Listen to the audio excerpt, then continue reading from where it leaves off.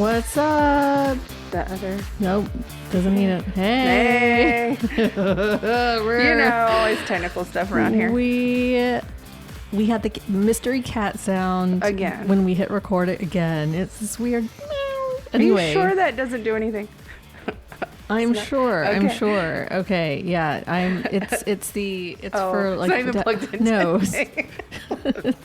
You guys. Yeah. We're the best. We are. Anyways, welcome to another week of Case Files with Kat and Ashley. Thank you guys. Oh I my don't know God. how you guys do it. Was that Kevin? That was. That was a very faint Kevin. Love it. Love it. Love it. He won't be faint again. Oh God! Did we even say her name? Yeah, we said her name, but we didn't do like sound checks or anything before we started. So it's all good. It's all. We're not even sure this is really recording at the moment. Well, I really hope it is. Oh, jeez, jeez, Louise. I tried to stop it, restart it. If you guys ever wonder if you could have a podcast, please just obviously know that yes, no. We have set the bar so low. For everyone else. But like someone did ask, about starting a podcast. I was like, do you have a budget? Do you have an editor? Do you have a wizard? Like, what kind of equipment are you using? Because girlfriend. Yes. When you this is what you get. Yeah. We're great. We are so great. I might have to get up and get another beer in the middle of this because all of a sudden I'm sweating. All of a sudden, that was very stressful. 2 minutes. I was just going to get more stressful from here. So I suggest if you want a beer, I'll get it. I'll get it. Yeah, I will be drinking this evening. That's okay. I drove from 45 minutes to get here today. So. Yep. This is what you bring us. I love it. Oh, yeah. It's great. Great. Good times. So you're good. You're not getting another beer. We can just. No. We're just gonna keep. You'll be talking. I'm gonna get up. You'll hear the refrigerator open in the background. We're good. Okay. So impromptu question of the week. Ooh, I like it. Yeah. What is the craziest way a serial killer that you've read about has been caught? Because holy crap, this one is crazy. The craziest way a serial killer has been caught. Like in the stories that you read. Because, oh my gosh. Or the dumbest. Dude, there's just, I guess how they were caught doesn't really come to mind. Can you think of any besides? Yeah, the one I'm about to freaking tell you. Okay, so about. that's a lead in. No, that's a segue. Okay. Well, tell us all about it. What's your story? There is an entire field of forensics called forensics, botany, and ecology. Basically, it's used to identify botanical matter and trace evidence and discover the geographical origins of the plants in question in order to solve serious crimes such as kidnappings, murders, things like that. I have an answer too now. Go. I have an answer. It was because Olivia did that CSI forensics in 4th grade. We were talking about maggots solving crimes. Yes. What? Did you know there was a forensics department called botany? No. Yeah. So I always think of evidence as blood spatter. Totally. 100%. Weapons, not a fucking daisy on the side of the street or dandelion. Can you imagine planning out the perfect murder? And a daisy fucking gets you. Is what sends you to prison. That's basically what happened in this story. Oh my God. I mean, not a daisy. Don't give it away. I'm not, but So anyways, after I tell the story, I'm going to talk a little bit more about that forensics. Yeah. And how it came about and stuff because holy crap. I was looking for stories to do and I didn't want to do another disappearance or a murder case. But it is a murder case. It is a murder case. But I didn't want to do another disappearance. But it's a murder case because I saw that and I was like, that is the weirdest way I've ever heard of someone being caught. So anyways. I know, that is really strange. I had a question for you, but it's not as cool. It doesn't go with your story. No, just go. It's not a good segue. So never mind. It's fine. Oh. It's fine. Just okay. Oh, okay, good. We're just gonna skip right on. So again, anyways, this this story is from the UK. But so real quick before I dive into the story, there is a professor of plant biology at Southern Illinois University named David Gibson. And he did an interview about like botany and stuff. And he said botanical evidence is vital when it's used as a part of a larger investigation. And in some cases, it can be critical. Given the recent developments in environmental DNA, contemporary killers should be more worried than ever. If botanical evidence is considered more often than not, it will be the thing that convicts a person. So, whoa! I just wanted to throw that little snippet in there because not again, hair samples, because that's not as well. Yeah, I think so many of them are so careful about cleaning and taking the hair samples and wearing gloves and stuff. But who would think about grass clippings? So anyways, tonight's story is from the UK. I don't know if our fan favorite Glenn still listens, but I'm sure this will be a real treat for him, because if it's anything like the Island of Wight, which if you haven't heard that great episode, it's deeply buried. But I mispronounced the island the entire time. The Isle of Wit. I tried to look up how to say a lot of these words, guys, and it was zero help to me, and I apologize. I wish that I was a better human being and could speak properly, but you know, that's just the childhood I had. So it is part of your charm. It is what it is. So this story is kind of a disappearance, but also not the main focus. So if everyone's ready to ruin their day, I'm just going to get started. This is trigger warning. Oh, thanks. I just feel like there should be a blanket trigger warning every episode, but just in case. I think we should. Everything okay over there? Trying to hit a gnat. Oh, okay. I thought you were like hitting the recording thing. Like, nope. Anyways. Guys, I wish you could see what's happening. All right. On Sunday, August 4th, 2002, at around 11:45 in the morning, 10-year-old Jessica Chapman left her home on Brook Street in Soham to attend a barbecue at the house of her best friend Holly Wells, who was also 10, and she lived nearby in Red House Gardens. So before leaving her home, Jessica informed her parents of her intention to also give her friend a necklace engraved with the letter H, because she had just purchased it on a recent family holiday, which is like their vacations.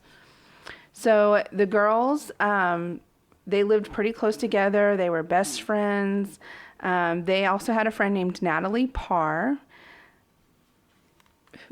And they played computer games. She was at the barbecue. They listened to music. They kind of hung out for about 30 minutes, and then Natalie had to go back home. So at around 3:15, both girls had changed into distinctive replica Manchester United football shirts, one of which belonged to Holly and the other to her older brother, Oliver. At around 5, a photograph of the two friends was taken by Holly's mother before the children ate dinner with the other house guest. And how old were they again? I'm 10. sorry, 10. Okay. So they returned to playing in Holly's bedroom until about 6:10 p.m. Around 6:15, the two girls left Holly's house without telling anyone. They were on their way to purchase sweets from a vending machine at the local sports center.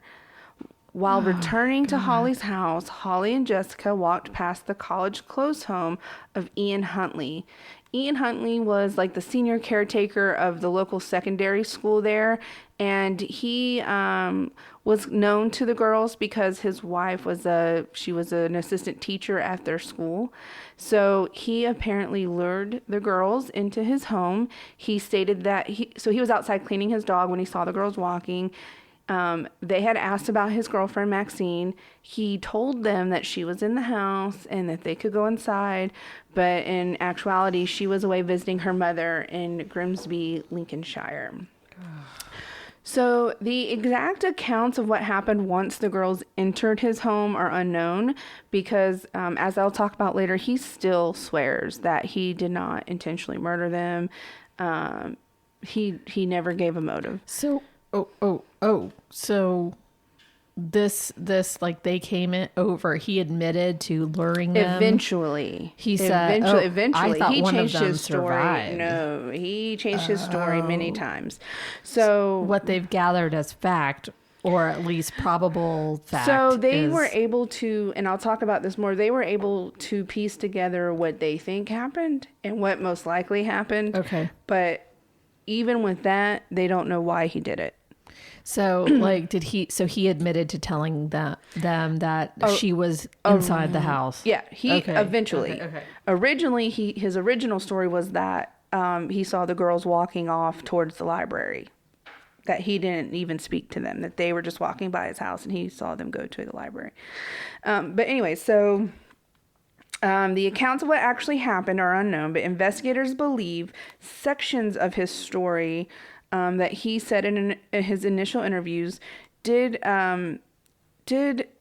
have some truth to it. He said that he was outside cleaning his dog at the time the girls passed by the house around 6:30, and that one of the girls had been suffering a nosebleed, and that's why he invited them in the house. So his story changed a lot. First, he said that he saw them walk into the library. One time he said he didn't see them at all. One time he said that they did come in the house. One time he said they had a nosebleed, and that's why she came in the house, because he was going to help her with her nosebleed. So his story changed quite a bit. So in any event, no matter how it happened, what was said, what was exchanged, the cause of death both girls was later ruled to be asphyxiation. Jessica's Nokia asphyxiation. Yeah. Jessica's Nokia cell phone was switched off at 6:45 p.m. that evening. Okay, so 6:15 is when they left the house. 6:15 is when they left the house. 6:46 was the last time their cell phones were on. Oh my God. So at 8 p.m., Nicola Wells, which was Holly's mother, went into the bedroom to invite the girls to say goodbye to the house guest, only to discover both children were missing. Alarmed, she and her husband Kevin searched the house and nearby streets.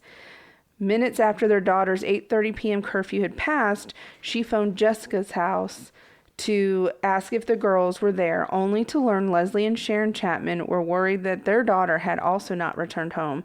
So following, that initial panic, they began frantically searching for the girls. Both families were looking for them. They couldn't find them, and they reported both of them missing at 9:55 p.m. that night. So they left their house at 6:15. They just were discovered missing at 8. They were reported missing at 9:55, but they were already, they died within 30 minutes of leaving the house. So police immediately launched an extensive search for the missing children. There were over 400 officers assigned full-time to search for the girls. These officers conducted extensive house-to-house checks, and their efforts to search local terrain was supported by hundreds of local volunteers, and later U.S. Air Force personnel that were stationed in the UK near this also joined the efforts to find the girls. To help their public appeals for information, Cambridgeshire police released the photograph that had been taken of the children less than 2 hours before their disappearance, the one where they were both wearing the Manchester United jerseys. A physical description of each girl was released to the media, describing them as being white, about 4 feet 6 inches, and slim. Jessica was described as being tanned with shoulder-length brown hair, and Holly was fair with blonde hair. The parents of both girls stated that their daughters had been very weary of talking with strangers, having been warned not to trust people they do not know from early childhood. But again, as we've discussed many, many times, it's always someone you know and very rarely someone you don't know. But this statement was supported by the head teacher of St. Andrew's Primary School where the girls attended, who told reporters the danger or possible danger from strangers is something that they impressed upon children starting at an early age. So even in interviews, when they would interview, because Ian was very front-faced in the media, he wanted to be. I was just about to ask, is this the guy that was super helpful at the beginning of the investigation? Like, maybe he was on camera a lot. This guy was on camera a lot. And he would talk about how much, Jessica would never talk to a stranger. They would never get in the car of a stranger. I remember him from the Madeleine McCann. Like, they also, because they used his example to talk about one of the guys that was maybe helping out in the Madeleine McCann case. And then that was the example. I remember that. The face of the media. And I'll talk more about that. I remember that guy. So, suspecting the children had been kidnapped at this point, investigators questioned every single registered sex offender in Cambridgeshire, and neighboring Lincolnshire, over 260 registered sex offenders across the UK, including 15 high-risk pedophiles, were questioned, and all of them were eliminated. Police also investigated the possibility that the girls had arranged to meet someone that had contacted them via an internet chat room, but that was very quickly ruled out. Come on. Hey, I mean, it's possible. They wanted candy. Jesus. Yeah, but nobody knew that. Nobody knew where they didn't tell anybody they were leaving. Yes, you're right. I shouldn't discount the possibility that it could have been some trafficker that lured them out. They didn't tell anybody that they were leaving the house. They just left. So on August 8th, CCTV footage of the girls recorded minutes before their disappearance was released to the public. The footage depicted them arriving at the sports center at 6:28 p.m. A televised reconstruction of the children's last known movements was broadcasted nationally on August 10th, and both sets of parents granted an interview with Colin Baker on ITV's current affair program called Tonight, which was broadcasted on August 12th. Other family members and friends of both girls made multiple TV appearances begging for the safe return of the children. These appearances resulted in over 2,000 phone calls and tips from the public, with all information obtained entered into the investigations. Their database there is called Holmes, like Sherlock Holmes, and the number 2. And the Holmes 2 database is an IT system predominantly used by UK police forces for the investigation of major incidents such as serial murders, high-value frauds, high-profile disappearances. So it's like their database. So, shortly after the children's disappearance, Staffordshire police contacted the investigating officers to report their suspicions the girls could have been abducted by the same man responsible for an abduction in their jurisdiction the previous year, in which a 6-year-old girl had survived an incident, an indecent assault by an abductor who was still at large and whose green Ford Mondeo had number plates which had earlier been stolen in Peterborough, and the person responsible for this abduction and assault was also believed to have followed a 12-year-old girl in the same area, although in that instance his car had been fitted with number plates which had been stolen from another area. So both times the attempted abductions had stolen plates. It was the same car, different plates. Are they all connected? Well, I don't know. We'll find out. Oh, God. The same vehicle had recently been sighted in Cambridgeshire, and the information was later included in a televised episode about the children's disappearance on the BBC's Crime Watch, but this potential lead failed to bring any new information. They determined that was not, those incidences were not related to this case. So, several members of the public reported having seen the children in the early days of the investigation. Mark Tuck informed investigators that as he had been driving past the girls on Sand Street in Soham Town Center at approximately 6:30 p.m. on August 4th, his attention had been drawn toward their Manchester United shirts, causing him to remark to his wife, Lucy, "Look, there are 2 little Beckhams over there." A young woman named Karen Greenwood also reported seeing the girls walking arm in arm along College Road about 2 minutes later. Another woman living in nearby little, and I'm really going to butcher this one, Thetford? We'll go with that, Thetford. Sure. I'm really sorry for all of our Say it again. UK listeners. Little Thetford. Claimed, that's what it looks like. Claimed to have seen 2 girls whose appearance and clothing matched those of Wells and Chapman walking past her home in the morning after they had been reported missing. But as we know, that is impossible because they were already dead. So police also received statements regarding a suspicious white van that had been seen on the evening of the children's disappearance. And investigators were able to locate and seize this vehicle from a caravan park in Wentworth on August 7th, but that also led to be fruitless. There was nothing, and that van had nothing to do with the 2 girls. So, but there's still the green. There was no. They determined that was the case for the 6-year-old and 12-year-old, and it didn't have anything to do with this. Okay. On August 12th, police launched a media appeal to trace the driver of a 4-door dark green saloon car. A taxi driver stated that he had seen him thrashing his arms as he struggled with two young girls inside his vehicle as he drove on the A142, which is a street there, around the time that the girls were last seen. This vehicle was last seen turning into the Studlands Park housing estate. So the following evening, a jogger alerted police to two mounds of recently disturbed earth he had seen at Warren Hill, just outside Newmarket. The initial speculation by the jogger had been that these mounds of earth might have been the burial locations of the two missing girls. An overnight examination revealed that the two mounds of earth were badger nest. So both the tip about that four-door car and the tip from the jogger both proved to be nothing related to this case. Stressing me out. I know. It gets worse. So one person who claimed to have spoken with the girls immediately before their disappearance was 28-year-old Ian, who informed investigators on August 5th he had had a brief conversation with both girls on his doorstep the previous afternoon. According to Ian, Holly and Jessica were both happy as Larry, which I'm guessing is a saying. Yes, ma'am. They questioned him because why? He just came forward and said he spoke to them after he came forward. He wanted the police to know. I just wanted to clarify for myself.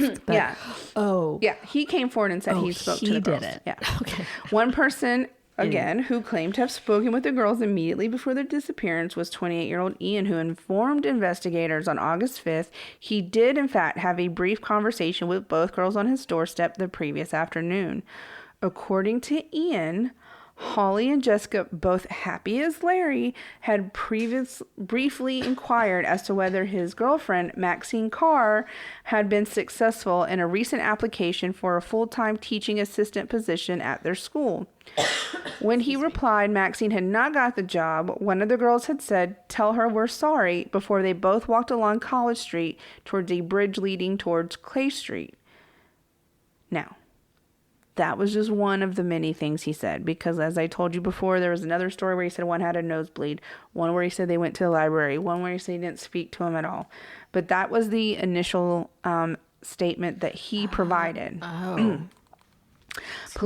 lot of like details. Yeah, for no reason. Mm-hmm. Like they didn't even question him. He just is like, yeah, I spoke to them.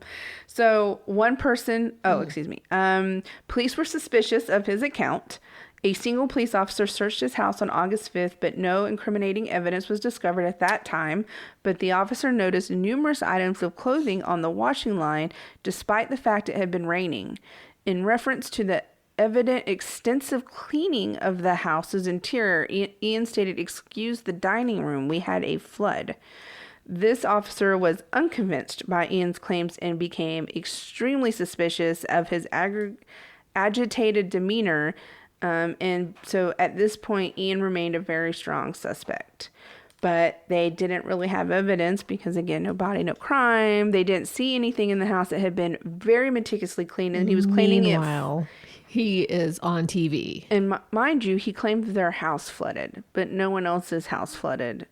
Well, and everything else was fine. Like the furniture was fine. Yeah. Everybody was fine except for the clothes on the line and the fact that he cleaned the whole house.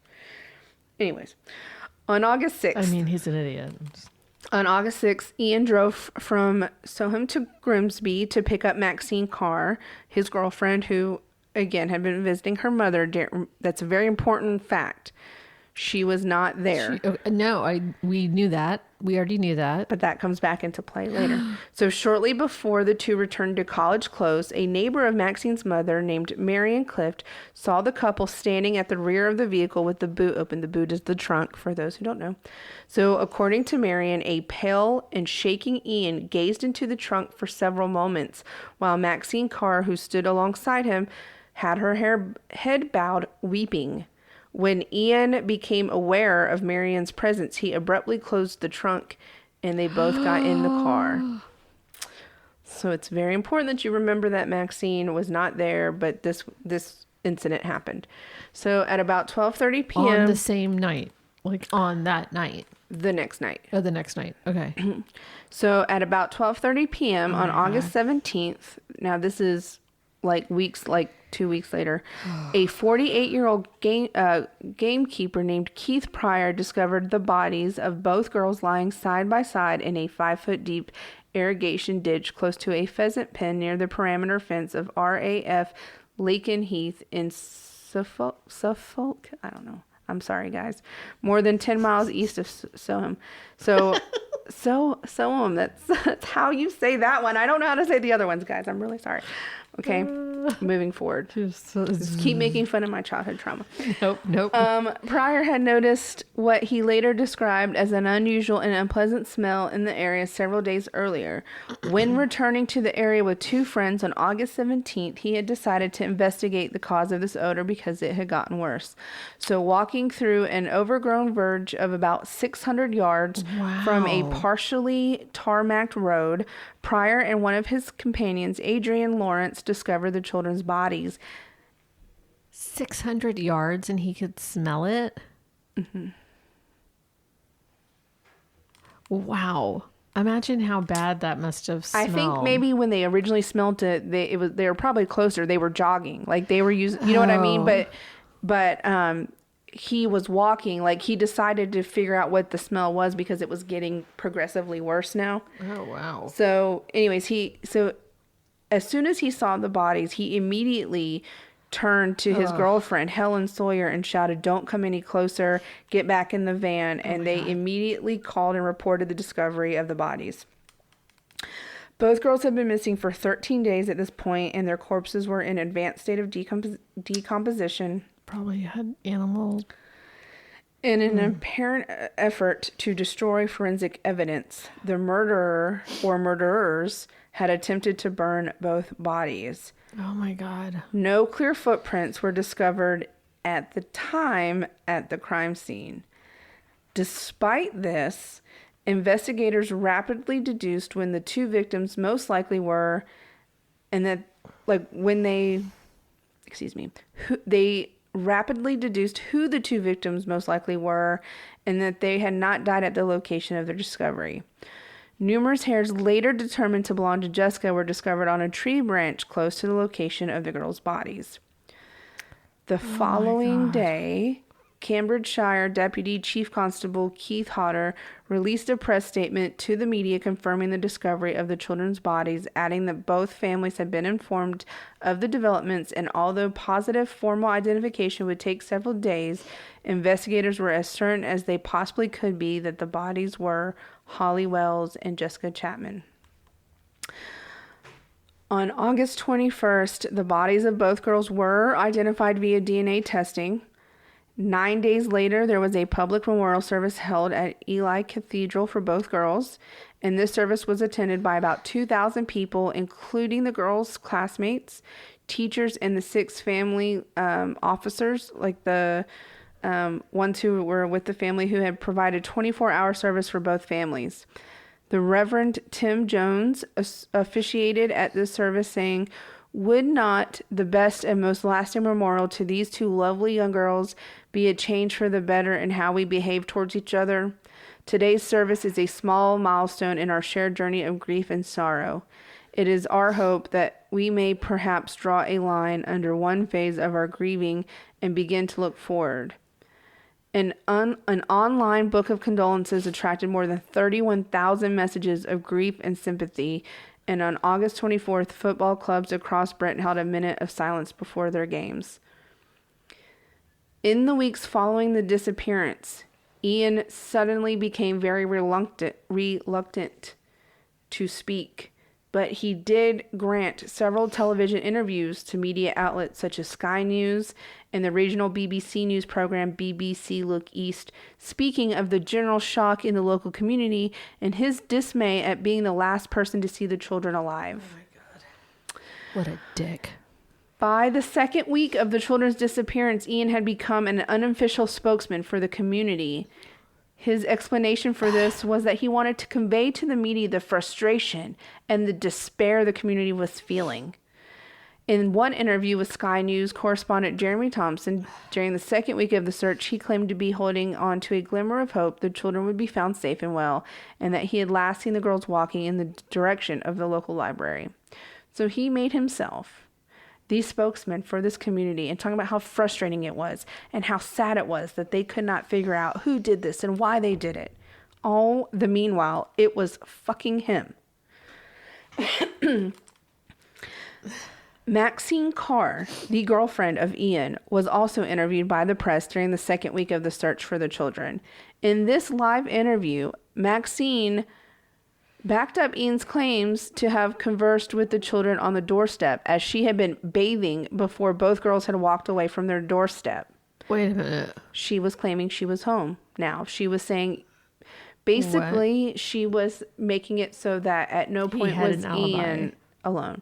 So she said, I only wish we had asked them where they were going. If only we knew then what we know now, then we could have stopped them or done something about it.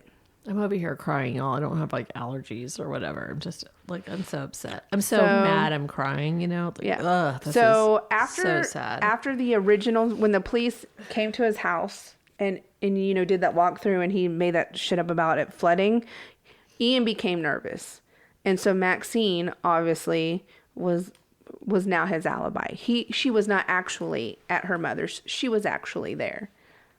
Is what she said. So what's the truth? She was at her mother's. I feel like she was at her mother's and he called her that night and was like, he went and picked her up. Yeah. You got to come home. Yeah, he went and picked her up. So, but now, like I said, she claims they were home and they wish they had known where the girls were going because they could have done something about it. Shame on her.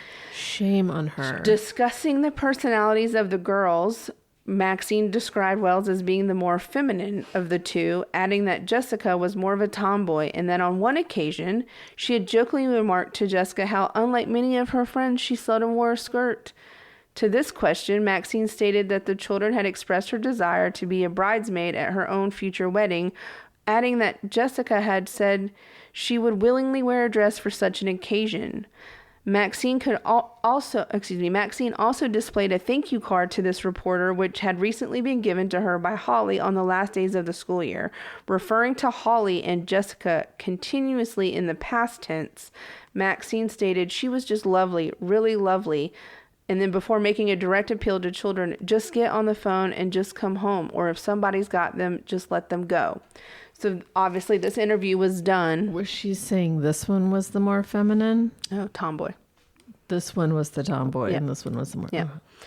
But this interview obviously was done like during the disappearance. I don't know if you guys caught that. But so during these interviews, before the bodies were found, when Ian made himself a spokesperson, Maxine was already referring to the children in past tense. Which is just huge red flag. So by the second week of the children's disappearance, which is what I said is when he became the spokesperson, and Maxine did this interview, really weird interview, by describing the children as feminine and tomboy and talking about not wearing skirt. It was a weird interview. You can hear the interview. It was weird. Anyways. Like, what does that have to do with anything? Yeah. And why are you referring them in past tense? Like, they could still be alive. They really wanted to be a part of my wedding. Like, and so it's not about you. Yeah. So around this point, Ian had begun to lose weight and was displaying visible signs of insomnia. And to one officer, he said, "You think I've done it? I was the last person to see them," before beginning to weep. And his erratic behavior and apparent distress led to him being prescribed antidepressants on August 13th. There was still 4 days before the girls were discovered at this point. So he was already losing his shit, and the girls hadn't even been discovered. Okay. Holy shit. So having participated in the search for the children, Ian regularly asked police officers questions such as how their investigation was progressing, how long DNA evidence could survive before deteriorating. One of these officers observed 3 vertical scratches on Ian's left jaw, each measuring about 1.2 inches, which he claimed had been recently inflicted by his dog.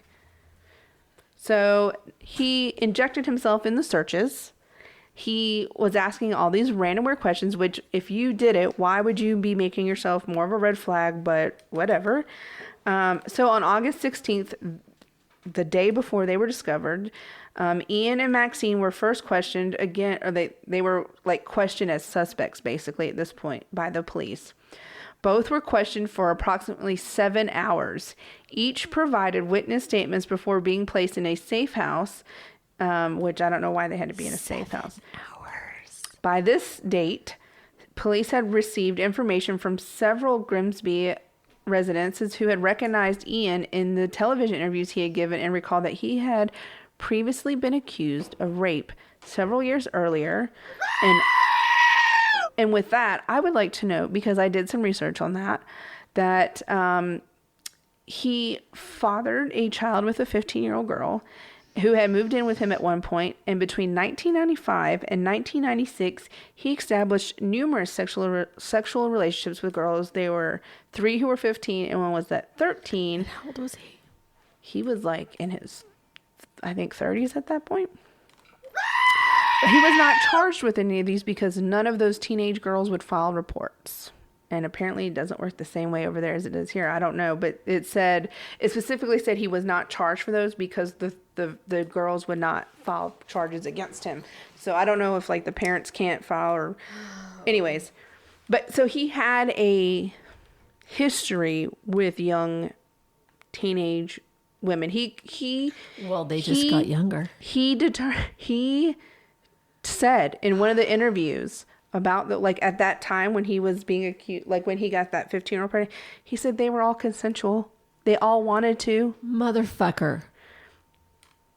According to the reports, the girls wouldn't file reports because they said it was consensual. According to them, the 15-year-olds and the 13-year-olds. And you know what? Talk to them now. How many years has it been? A decade? Talk to them now. And they're going to be like, yeah, I didn't know what the fuck I was doing. At 15, I thought I knew shit.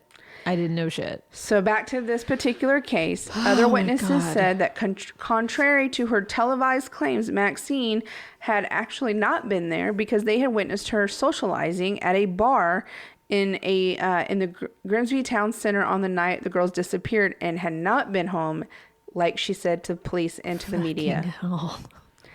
God. There were many witnesses who saw her at the bar. Oh. So it wasn't just like one person. It was like, yeah. So the same evening, police conducted a thorough search of their college close home and the grounds of the college where Ian worked as a senior caretaker at the couple's, as the couple remained under police watch at separate locations. Each room of Ian's home had been Each room of Ian's home had evidently been recently and meticulously cleaned with what was later described as being a lemony cleaning fluid, but the search of the home revealed many items of major importance to the investigation. The evidence and artifacts were not made public at the time, but the items recovered from the school grounds included items of clothing the girls had been wearing when last seen, their charred... They didn't burn the clothes, but they burned the bodies? Their charred and cut Manchester United shirts were also recovered from a trash can in a hangar at Ian's place of work. So they tried to burn the clothes, but they left them in a trash can where he worked. Fibers recovered from these garments were a precise match to samples retrieved from Ian's body and clothing, as well as his home, and his fingerprints were recovered from that trash can where the clothes were, but they couldn't really use that because that was his workplace and he was the caretaker, so they said his fingerprints would obviously be on things, but they were there. Ian's car was forensic. Who the fuck else had access to that stuff? I'm just saying they said it was really hard to say that he was. They said it was really hard to use the fingerprints recovered from the trash can just because it was his workplace. I guess and his fingerprints were in his own car, kind of a thing. Yeah. So Ian's car was also forensically examined on August 16th. This revealed that the car had also been recently and extensively cleaned, but traces of the mixture of brick dust, chalk, and concrete of the same type used to pave the road leading to where the girls' bodies would be discovered were found around the wheel arches and on and around the pedals. A cover from the rear seat was missing, and the lining of the trunk had recently removed and replaced an ill-fitting section of household carpet. So this is still the day before But they had already... So this crazy asphalt or whatever dust from the road was all over his car. All over the car. But this is interesting. On the pedal, you think about... That's not even what convicted them. I know, but did you get under the pedal? When you think about cleaning... I'm not giving anybody hints here on how to get away with a murder. But it said the dust was everywhere. I mean... You don't even think about, you'd think it looks clean. You're like, it's clean, but you can't get it all. Yeah. But a cover from the rear seat was missing. The lining of the trunk had been recently removed and replaced with the ill-fitting section of household carpet. Red flag. So having discovered the children's clothes at the college, police decided to arrest both of them, even though the bodies had not at this moment been discovered. Hours before at this point. Both were arrested on suspicion and abduction and murder at 4:30 a.m. August 17th, which is the day the bodies were discovered, but they were discovered later in the day. Wow. Investigators had stated on August 7th they strongly believed the children had been abducted and announced their strong suspicion that both girls had been murdered on the same date. So they did determine that most likely Ian took them and killed them same day. Which came to be true, within 20 minutes of them leaving the local center. Because the CCTV footage saw them at the local center at 6:20. Her phone was shut off at 6:48 or 6:46, whatever. Okay, so during initial questioning, Ian refused to answer questions and appeared evasive, confused, and emotionally detached, occasionally drooling during police attempts to question him in an effort to fake mental illness. This left police with no option but to refer Ian to a mental hospital to undergo an extensive psychological evaluation. By contrast, Maxine quickly confessed to detectives she had lied about her whereabouts and her partner's actions on August 4th, as shortly before she had returned to their home from Grimsby 3 days later. Please tell me she goes to jail. Fuck. Ian had claimed to her in a phone call to have seen the two girls shortly before their disappearance, admitting, "The thing is, Maxine, they came in our house." According to Maxine, Ian then informed her the children had entered their home in order so that Holly could stop her nosebleed. He then claimed to Maxine that Jessica had sat on their bed as he had helped Holly control the bleeding from her nose before both girls had left their home. Referencing one of those 1998 rapes that I mentioned earlier, he had committed, but had earlier claimed to her to have been falsely accused of that in the phone call. Ian then began voicing concerns as to again being falsely accused of the involvement of this occasion, also claiming his previous arrest had caused him to suffer a nervous breakdown. So he was basically telling Maxine, they're going to accuse me of doing this. I didn't really do it. I didn't do the rape that I was accused of in 1998. I didn't do that. I just keep falsely getting accused of these things. They were in our house. They did sit on our bed, but they left the house alive, is what he told her. She then, therefore, later agreed to concoct a false story with Ian to support his version of events. And not once was she like, you know what, motherfucker? I think you might have done something to them. Because that's a little bit convenient. I mean, either you have the worst luck, or... I want to remind people that when he picked her up, the bodies were in the trunk. So she knew they were dead. She knew he did it when she backed up this story. He picked her up.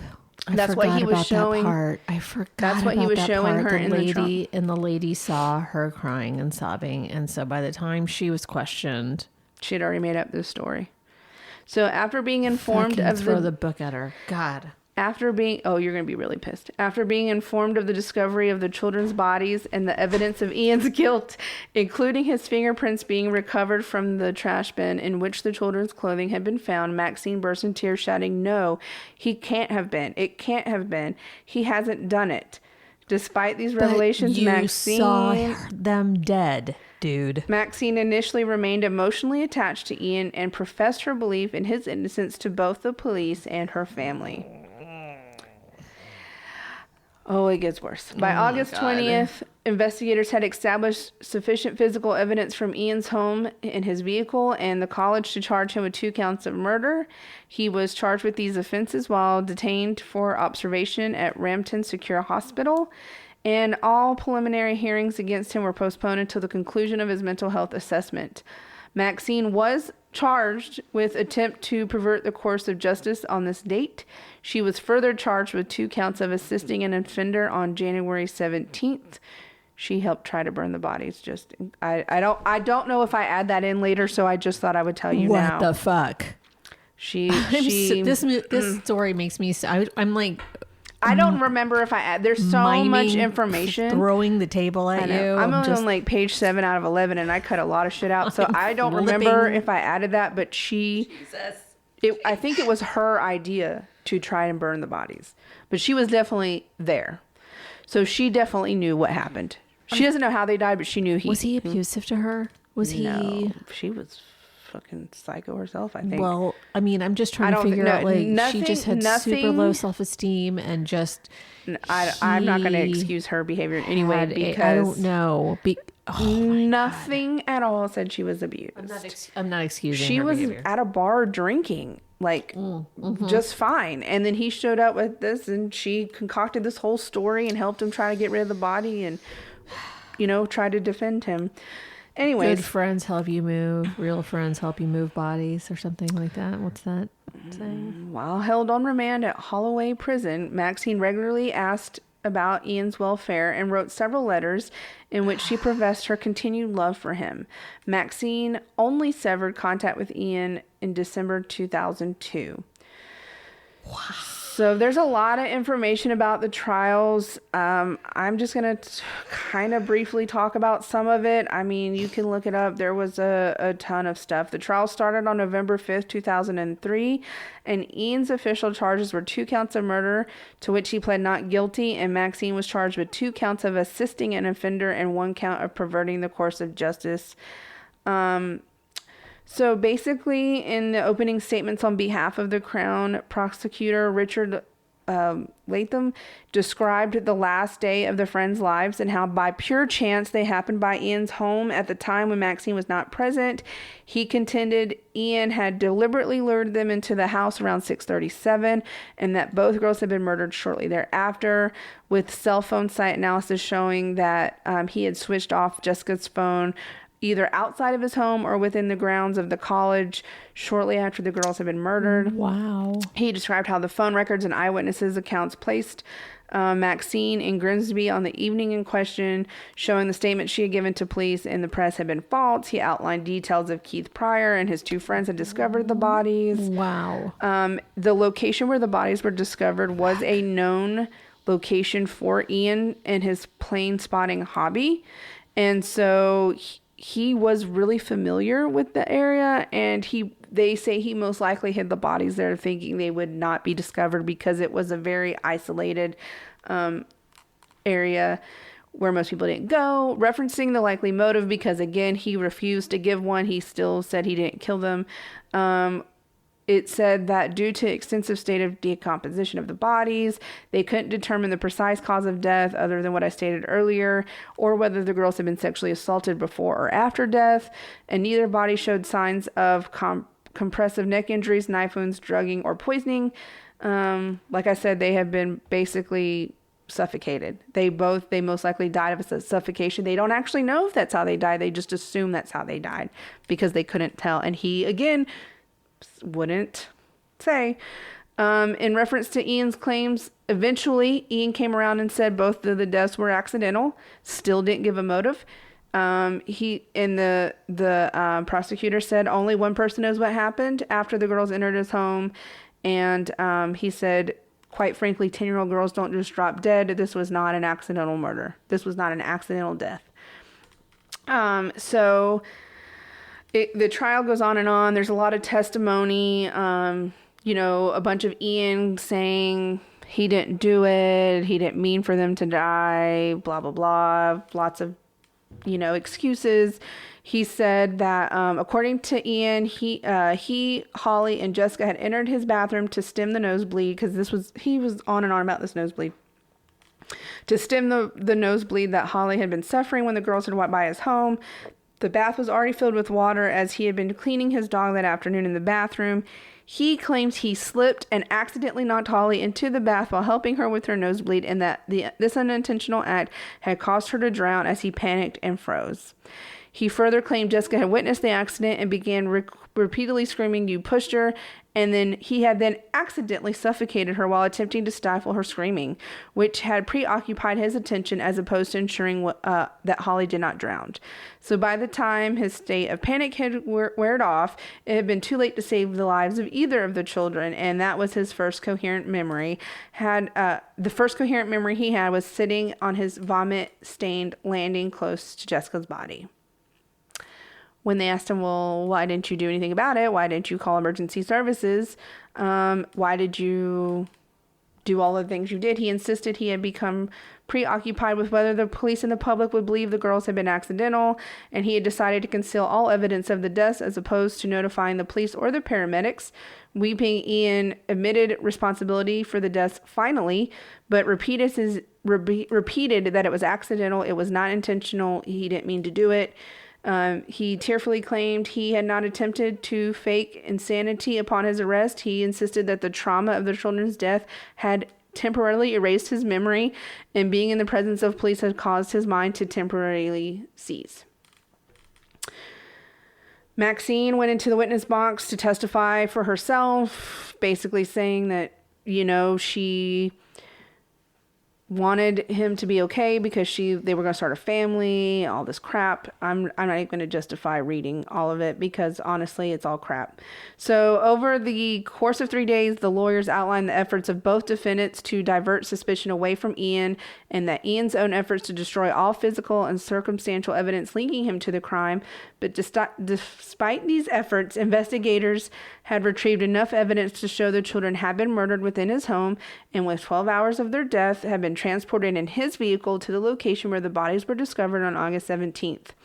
This had included fiber evidence retrieved from his vehicle, clothes and carpets, which had been a precise match to the Manchester United shirts the girls had been wearing. And the prosecutor then closed his statement by again bringing the jury's attention to Ian's claim that both deaths had been accidental, remarking, "We posed the question to of them." He then speculated Ian's defense counsel may try and argue that Ian had been confused, commenting, in that case, they would have to consider Ian's behavior over the fortnight between the girls' disappearance and their bodies being found.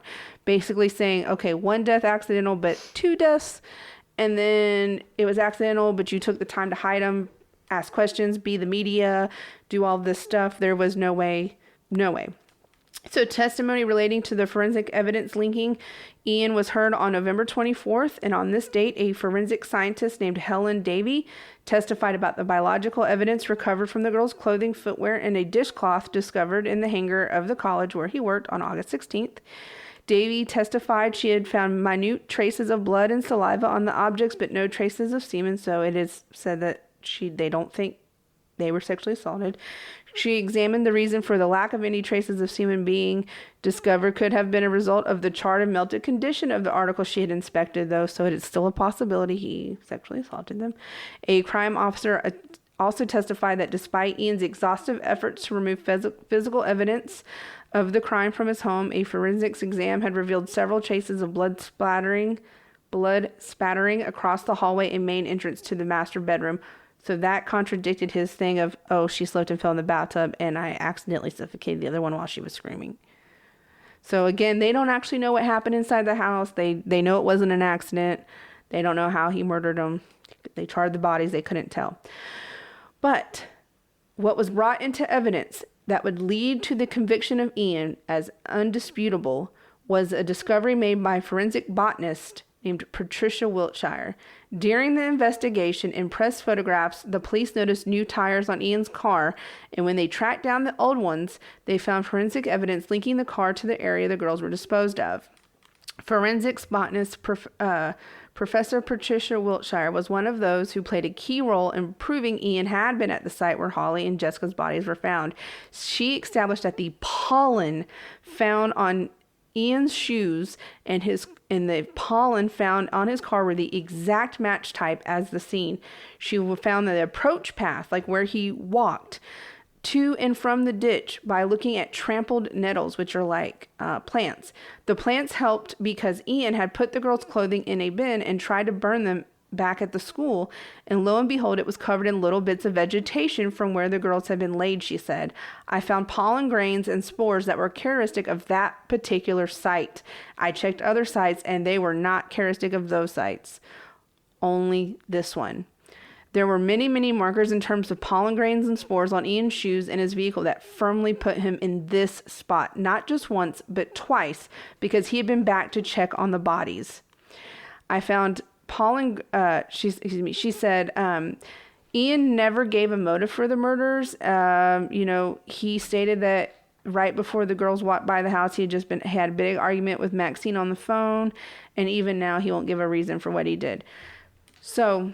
blame the girlfriend. What a fuck. So a side note about where I said the fact that the forensics botanist knew the path from looking at the trampled nettles is because she said they actually, when he stepped on them, started growing a different direction. And so she could actually tell how long she's the one that said they've been here for 13 days. Somebody stepped here. And so it was her forensics evidence that was so damning that there was no way he could justify that he didn't do it. Isn't that something? Wow. So I'm going to talk more about her later. So anyways, like I said, Ian never gave a motive. Again, he still claimed it was accidental. He did say like they had a big... like right before the girls, he claimed him and Maxine had a giant fight. He slammed the phone down, went outside to cool off, and that's when he saw the girls. The jury deliberated for 4 days before reaching their verdicts against both defendants. Oh my God. On December 17th, 2003, they returned a majority verdict of guilty on 2 counts of murder against Ian. He was sentenced to life imprisonment with a minimum term of imprisonment to be imposed by the Lord Chief Justice at a later date.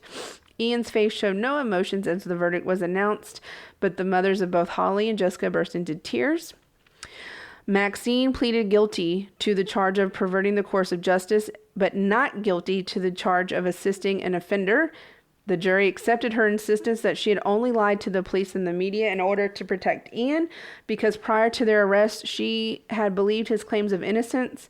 As such, she was found not guilty on assisting an offender. Maxine was sentenced to serve 3.5 years in prison. Minutes after their convictions, the parents of both girls granted an interview to the media discussing Ian's mindset, to which Leslie Chapman, which was Jessica's mom, or Jessica's family, said, I think he was a time bomb waiting to go off, and both of our girls were in the wrong place at the wrong time. I hope the next time I see him, it will be like we saw our daughters, and it will be in a coffin. On September 29th, 2005, High Court Judge Mr. Justice Moses announced that Ian must remain in prison until he served a minimum of 40 years imprisonment, a term which would not allow parole eligibility until 2042, by which time he would be 68 years old. In setting this minimum term... So he was only 28 when this happened. Yeah, I was thinking he was in his 30s, so I'm sorry about that. He was young. Okay. In setting this minimum term of imprisonment, Mr. Justice Moses stated, the order I make offers little or no hope of the defendant's eventual release.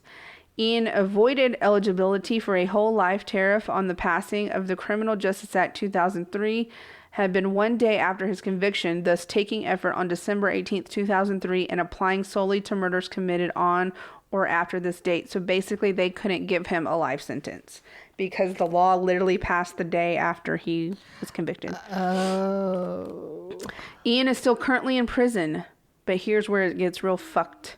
Maxine... Oh, it wasn't fucked no, before. No, it was fucked. But, okay, but now it's like super fucked. So he's serving prison. He's still in prison, but Maxine served half of her sentence and was released on May 14th, 2004 with a new secret identity. The High Court made an injunction to protect her new identity in 2005, with Mr. Judge Edie saying such an order was necessary to protect her life and limb and psychological health. Fuck her. Fuck her and her identity. She fucking helped burn those children. She helped burn those She knew those. She knew he did it. If she says she didn't help burn the children, fine. You knew he did it. You tried to lie for him. You tried to cover up for him. And you're an adult and you know very fucking well what's right and wrong. God damn. Holly's parents have spoken out often. I'm just like cussing like a sailor today. Sorry, y'all. God, this story makes me mad. I know. Holly's parents have spoken out often about their loss, but say they have tried to move on for the sake of their son, Oliver. They still live in the same town. In a 2012 interview, Oliver said he thought about Holly frequently. He was 12 at the time of her murder. He said that he thought about her frequently, saying, I wish I could see her now, see what she'd have looked like. We do chat about her quite regularly, which I think is a very nice thing. It's strange being 3 of us when there used to be a 4th. Mr. Wells, Holly's father, has become a founding patron of the charity Grief Encounter, which he said helped the family with their loss. So Jessica's parents, they rarely spoke in the public since their daughter's death. They did break their silence in 2012 to hail the first anniversary of the Police National Database, which was introduced after Jessica and Holly's death. It was introduced to close gaps in information sharing between police forces. Why don't we do this everywhere? Like, everywhere. Gosh. Jessica had 2 older sisters, Rebecca and Allison, but they were kept out of the public eye, so little is known about them. Okay, so that story was fucking awful, but I wanted to end it on a little bit of a good note. So I wanted to talk about Patricia for a minute. Patricia Wilshire has been a forensic investigator for some of the most high-profile murder and stranger rape cases in the UK. She is or was the only forensics botanist in the UK to specialize in the location of human remains and the linking of offenders to the scene of the crime. She at the time of this article, she was the only one who could do this. So she was highly sought after. So, and the case with Ian was actually like the case that broke her career. Like that's when she became like highly requested and started really, she was in her 50s at the time that case came around. So she's long since retired at this point. Yeah. But so, I hope she's taught other people. She still will take cases occasionally, but so she overcame a lot of tragedy in her life to become this forensics expert. And she is a major supporter of women and girls in science. Like she pushes like really trying to get them to be in the science field. Excuse me. So her personal tragedies, you know, she had a very devastating accident when she was a child of hot cooking oil. She was trying to like pop out and surprise her mom, not knowing her mom was carrying a pot of boiling oil like after making chips. And it spilled all over her. She ran away from home before finishing A-levels, which is like the equivalent of AP classes in high school here. And she also suffered the loss of her only child who died after only 19 months from a very rare inherited disease. She said that this experience helped her cope with the truly, truly horrible things she dealt with through her work, saying nothing else is as horrible. So I think that experience has made me very strong. She went on in an interview to say, I've had to work on babies and an awful thing is getting samples, but I look at that baby and I think you shouldn't have died. So let's find out who did this to you. Let's find the person who made you die. So she's currently 78 years old and is still in great demand, although she says the fact crime investigation is very physically taxing is a reason why she doesn't take as many cases anymore. In an interview, she asked what would be her advice to her younger self and to other women and girls who might be considering a career in science. And it's a response that we hear often, and it was one which indicates how women tend to have less self-belief than men and don't promote their own achievements. They spend their lives trying to help other people. And she said, my advice would be to have more self-esteem and be confident in yourself, because I wasn't given any help to get self-esteem when I was young. And I think I'm too modest sometimes compared to other people, she says. I try not to blow my own trumpet because I find that distasteful, but perhaps maybe I should. I've never looked for the fame or notoriety of people being interested in me. It always comes to me. So after she published her memoirs last year, she has a film company that is going to make a story about her life, and her only stipulation is the central character must be a female. And so that is my story about this case, forensics botany, which I had no idea about, and Miss Patricia Wiltshire, who is amazing. So it's hard to enjoy that ending. I know the beginning, the story was so awful, but that's why I wanted to end it talking about her, because she was really, really amazing. That is amazing, and I love that there's going to be a story about her, and hopefully that inspires other young women. And I'm pretty sure she helped solve some of the other cases we may have talked about or had talked about talking. I mean, she has solved some high profile cases with botany and stuff. So. That's intense. Yeah. That is definitely intense. I don't think botany has solved any of my crimes. I know when I was looking at some of the crimes she had solved, and I don't want to give it away in case we do the stories, but they were very high profile cases that most people remember. Well, yeah. No, there will be that one person who be like, "You already talked about it. No, we didn't talk about it though. Just a mention. It's a mention. So I'll just say she has solved some very high profile cases overseas. That's awesome. That's awesome. Well, your story made me cry. I know, I really wanted to flip the table. I was about to flip the table. I was like, oh, I'm just going to flip the table, and you wouldn't have been able to read the rest of it. Wow. I specifically remember as soon as Ian Huntley, I know that name. And then you were like, and then he started to talk to the press. I was like, I know that guy, because I specifically remember they used him as an example. Like, oh, you're trying to help the police? That's not a fucking red flag. Yeah. Yep. He tried to help them, and then he started faking that he was insane and having this mental breakdown. And all of a sudden, the drooling. I mean, really, dude? Really? He claims he didn't fake it. He says that his memory went totally blank after murdering the children, and he just woke up. Accidentally murdering the children, and he just woke up with no memory of what happened. Okay, but when you're in a police interview after a week or so and you're like drooling all of a sudden, that's I get, you know what? Actually today we went to go take care of some estate stuff with my mom, and Jason says, pull up that spreadsheet that you made with all of the expenses. And I was like, on what? And he was like, Drive or whatever. And I was like, I made a spreadsheet on Drive, and I sure shit made a spreadsheet on Drive of all of these expenses, and Jason added in, and I was like, I don't remember doing that. And I really have no memory of doing that. And I was like, I'm nervous that I literally right now, I kid you fucking not, I have no memory of doing that. And I think I was just on autopilot. But you were grieving. I was in the middle of grief. It's true. But this man did not have a mental illness. He was not schizophrenic. He was not on drugs. He wasn't drinking. He had an argument with his girlfriend. He killed somebody. He had a whole history of raping young women and fathering children with young women and claiming it was consensual. All I'm saying is that trauma, and that was probably the first time he's ever killed anybody. I mean, but either way, I don't care if he claims he doesn't remember it. Yeah. He wasn't an accident.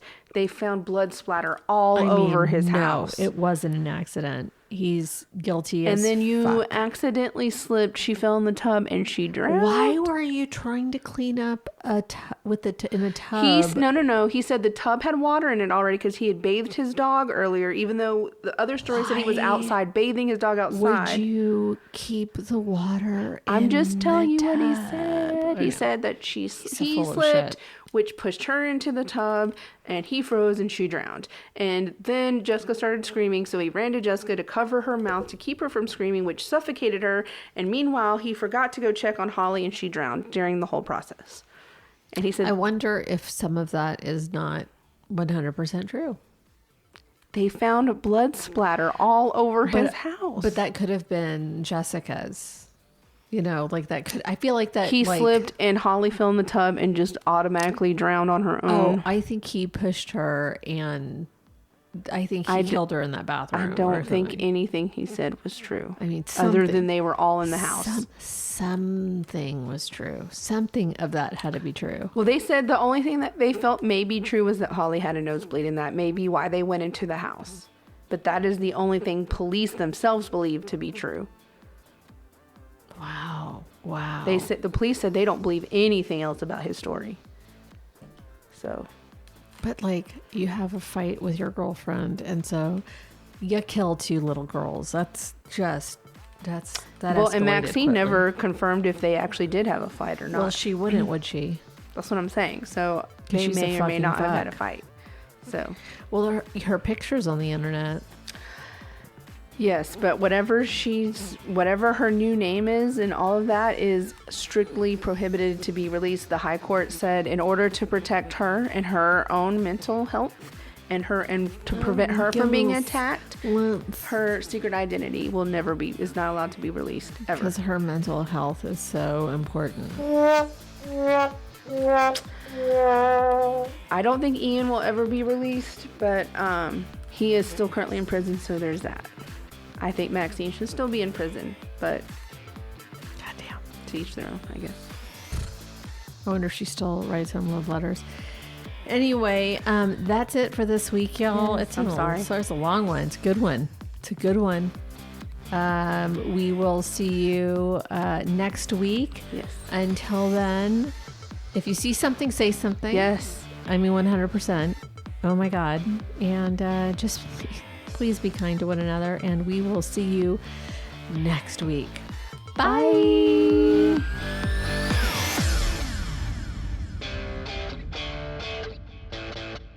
You can hear the cicadas.